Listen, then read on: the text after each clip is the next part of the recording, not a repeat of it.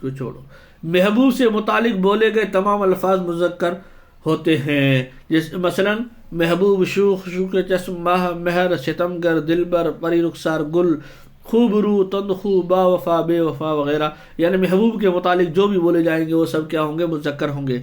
اسی طرح عاشق کے تمام نام مذکر ہوتے ہیں. مثلا ناشاد، ناکام، بے صبر، جانثار، دل فگار، رنجور وغیرہ یہ سب کیا ہے؟ مذکر ہے.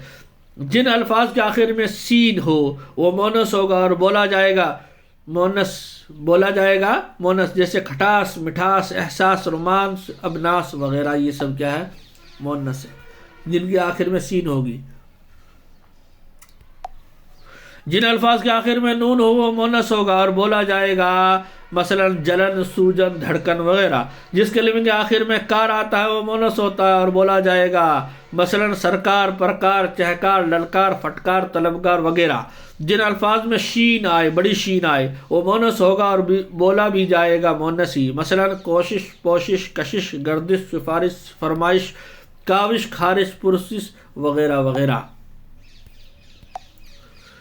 عربی مصادر جو تفعیل کے وزن پر ہو، تفعیل جیسے ہو، تفعیل کیسا لکھا ہوا؟ تا، فا، عین یا لام. تو اسی طرح کتنے اکثر ہو؟ 5 ہو. پہلے تا ہو اور آخر سے پہلے والے سیکنڈ لا سے پہلے یا ہو. اگر پہلے تا اور سیکنڈ لا سے پہلے کیا ہو؟ یا ہو. تو ایسے عربی مصادر جو ہوتے ہیں وہ کیا بولے جاتے ہیں؟ مؤنث. جیسے حلیم، تحریم، تکریم، تحلیم ہے، تحلیم، تحریم، تکریم، تقدیر، تسلیم وغیرہ وغیرہ. مرکبات یہ اس کو تھوڑا سا سمجھنا ہے، اس کو کیا ہے؟ سمجھ کے پڑھنا ہے تاکہ آپ کے ایسے الفاظ میں کنفیوز نہ ہو. مرکب عطفی، عطف کے میں بتا چکا ہوں آپ کو کہ عطف جو ہے حروف عطف یا حروف کے اقسام تھے، ان میں ایک حروف قسم تھی حروف عطف، یعنی جس میں واو یا اور آئے، واو اور آئے تو اس کو کہیں گے مرکب عطفی. کے معنی دونوں اگر مذکر ہو تو مرکب مذکر آئے گا، تو کیا ہوگا؟ مرکب مذکر آئے گا. اگر دونوں مؤنث ہو تو لفظ بھی مؤنث آئے گا. اگر دونوں میں سے ایک مؤنث اور ایک مذکر ہو تو تذکیر و تانیث بعد والے لفظ کے مطابق ہوگی. یعنی 2 لفظ مرکب کہتے ہیں، 2 لفظ، اور وہ مرکب عطفی ہو، یعنی ایک پہلے نام ہو ایک بعد میں نام ہو، ان کے بیچ میں اور ہو یا واو ہو، اور یا واو، ان دونوں میں سے کوئی ایک ہو اور ان دونوں کے بیچ میں آئے گا تو وہ کیا ہوں گے؟ کیا بولے جائیں گے؟ مؤنث بولے جائیں گے یا مذکر؟ کہتے ہیں کہ اگر دونوں مذکر ہے تو پھر مذکر بولے جائیں گے، دونوں مؤنث ہے تو مؤنث بولے جائیں گے.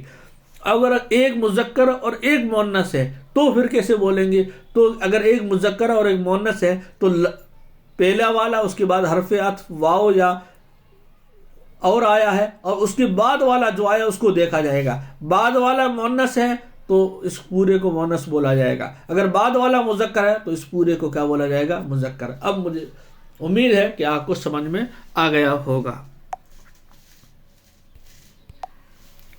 جیسے آمد و شد، زد و کوب عموماً اس لفظ کو مذکر استعمال کرتے ہیں جو غلط ہے، یہ مؤنث ہے. مثلا خرید و فروخت، شکست و ریخت، بود و باش، قطع و برید، نشست و برخاست، کم و کاست، دار و نوش، دار و گیر، گفت و شنید وغیرہ یہ کیا ہے؟ مؤنث ہے. البتہ سوز و گداز، بندوبست، خواب و خار وغیرہ کیا ہے؟ مذکر ہے. اردو ادب میں وہ جانور جو مؤنث بولے جاتے ہیں، جیسے یہ مؤنث بولے جاتے ہیں، جانور ہے جو مؤنث بولے جاتے ہیں، کون سے؟ ابابیل، بطخ، بھیڑ، بٹیر، تتلی، چیل، چڑیل، چپکلی، چھچندر، چمگادڑ، جوں، ڈائن، فاختہ وغیرہ. اور بھی ہے کوئل، گلہری، لومڑی، مکھی، مرغا بھی، مچھلی، مینا وغیرہ وغیرہ وغیرہ. بعض جانور خواہ نر ہو یا مادہ مذکر ہی ہے، مذکر ایک ہی استعمال ہوتے ہیں. جیسے ہم بولتے ہیں کوا، اب اس کی کوئی مادہ ہو اس کی کوائی نہیں بولیں گے بلکہ وہ کوا ہی ہوگا، چاہے مذکر ہو چاہے مؤنث ہو، یعنی نر ہو چاہے مادہ ہو اس کو کوا ہی بولیں گے. اسی طرح گدھ، چیتا، کچھوا، جگنو، اژدہا، خرگوش، باز، چینگر، سارس، بگلا، ہدہد وغیرہ، ان کو کوئی نر اور مادہ میں کوئی فرق نہیں ہوتا، ایک جیسے ہی بولتے ہیں. چاہے نر ہوگا تو بھی اس کو کوا ہی بولیں گے، مادہ ہوگا تو بھی اس کو کوا ہی بولیں گے. ہاں اس کو سمجھانے کے لیے کبھی کبھی اس کے شروع میں اگر مادہ ہے تو کہیں گے مادہ کوا، مادہ گدھ، مادہ چیتا، مادہ کچھوا، مادہ جگنو، مادہ اژدہا، مادہ خرگوش، مادہ باز، مادہ جھنگر، مادہ سارس، مادہ بگلا، مادہ ہدہد، آگے مادہ کا لگاتے ہیں اور بولے سب کے لیے ایک ہی، نر اور مادہ کے لیے بولا ایک ہی لفظ جائے گا۔ ایسے اسم جن کے آخر میں یا معروف ہو عموماً مؤنث ہوتے، یا لگی ہوئی ایسی یا معروف ایسی یا، جن کے وہ اکثر و بیشتر یعنی عموماً یعنی اکثر ایسا ہوتا، کبھی کبھی ایسا بھی لگا ہوا مذکر ہو سکتا ہے، جیسے گھی ہے، موتی ہے، دہی ہے، پانی ہے، ان کے پیچھے لگا ہوئی یہ یا ہے، لیکن پھر بھی وہ کیا ہے، مذکر ہے۔ کبھی ایسا مذکر بھی ہوگا لیکن زیادہ تر کیا ہوں گے، وہ مؤنث ہی ہوں گے، جیسے ٹوپی، چاندی، لکڑی، کوٹھی، گھڑی، روٹی، کشتی، چری، دری، سوئی، پیالی، ہلدی، سفیدی، لیکن گھی، موتی، دہی، پانی وغیرہ مذکر بولے جاتے ہیں۔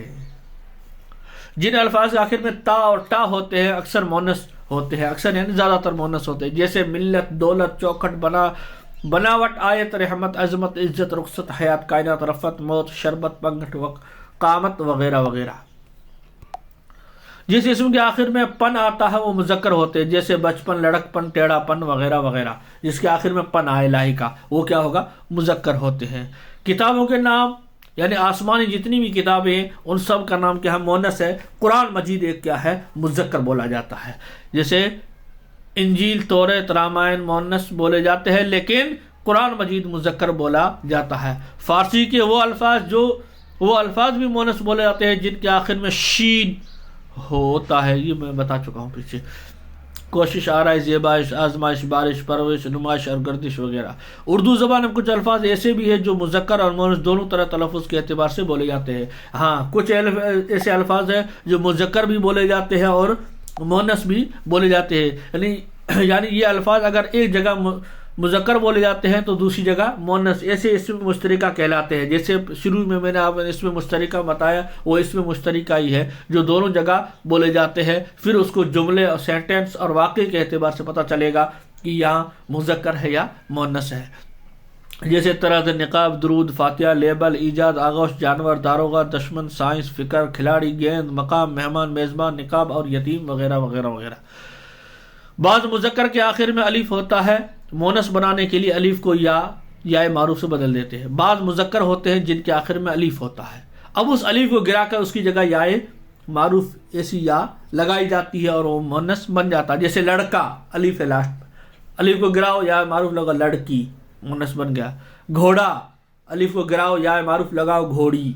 اندھا یا گراؤ اندھی۔ دادا، دادی۔ نانا، نانی۔ بیٹا، بیٹی، اس طریقے سے بنائے جاتے ہیں مؤنث۔ مذکر کے آخر میں الف کو گرا کر مؤنث یا معروف لگا کر مؤنث بنائے جاتے ہیں۔ چند مذکر اسم کا آخری حرف الف ہو، دیکھو چند مذکر اسم کا آخری حرف کیا ہو، یعنی چند مذکر ایسے ہیں جن کے آخر میں کیا ہو، الف ہو، تو اس سے پہلے یا معروف بڑھا دو، اس سے پہلے یعنی الف کو گرانا نہیں، الف سے پہلے یا معروف، یعنی یہ یا جو ہے یہ اس کو یعنی یہ یا یوں لکھی جائے گی، جب دو اکثروں کے بیچ میں آئے گی تو بے کی شکل میں لکھی جائے گی، آپ پڑھ چکے ہو۔ تو الف سے پہلے کیا کرنا ہے، یا معروف کو لگانا ہے، تو اس سے پہلے یا معروف بڑھا کر مؤنث بناتے ہیں، جیسے چوہا، اب یہ آخر میں الف ہے، اب اس سے پہلے کیا لگاؤ، یا لگا دو، تو چوہیا، چڑا سے چڑیا، کتا سے کتی نہیں، کتا سے کتیا وغیرہ وغیرہ، یہ کیا ہے، مؤنث بنانے کا قاعدہ ہے۔ چند مذکر اسم ایسے ہیں جن کے آخر میں نی یا انی لگا دینے سے مؤنث بن جاتے ہیں، جن کے مذکر لفظ اسم ہے ان کے آخر میں بس اتنا کر دو، نی لگا دو یا انی لگا دو تو وہ مؤنث بن جائے گی، جیسے اونٹ سے اونٹنی، شیر سے شیرنی، سید سے سیدانی، ڈاکٹر سے ڈاکٹرنی، استاد سے استادنی، دیور سے دیورانی اور فقیر سے فقیرنی وغیرہ وغیرہ۔ عربی زبان کے مذکر الفاظ کے آخر میں ہا بڑھا کر مؤنث بناتے ہیں، عربی میں بنا، کیونکہ اردو مخلوط زبان ہے، عربی سے، فارسی سے، ہندی سے مل کر بنی ہوئی ہے، تو عربی الفاظ آئیں گے تو ان کو کیا کرنا ہے، ان کے آخر میں صرف ہا بڑھا دو۔ عربی لفظ ہے یہ والد ہے، بس والد، اب اس کو مؤنث بنانا ہو تو اس کے آخر میں ایسی گول ہا لگا دو، یہ والدہ، مؤنث بن جائیں گے۔ جیسے مؤنث والد سے والدہ، محترم سے محترمہ، ملزم سے ملزمہ، معلم سے معلمہ، وارث سے وارثہ اور ناظم سے ناظمہ وغیرہ وغیرہ۔ کچھ لفظ مذکر اور مونس کے لیے علیحدہ علیحدہ یعنی الگ الگ استعمال ہوتے ہیں. مذکر کے لیے علیحدہ لفظ ہوگا اور مونس کے لیے علیحدہ ہوگا، جیسے ابا، اماں، خان، بانو، شوہر، بیوی، غلام، لونڈی، پدر، مادر، سسر، ساس، مرد، عورت وغیرہ وغیرہ. امید ہے کہ آج کا سبق بہت ہی ایزی تھا، آپ کے سمجھ میں آ گیا ہوگا.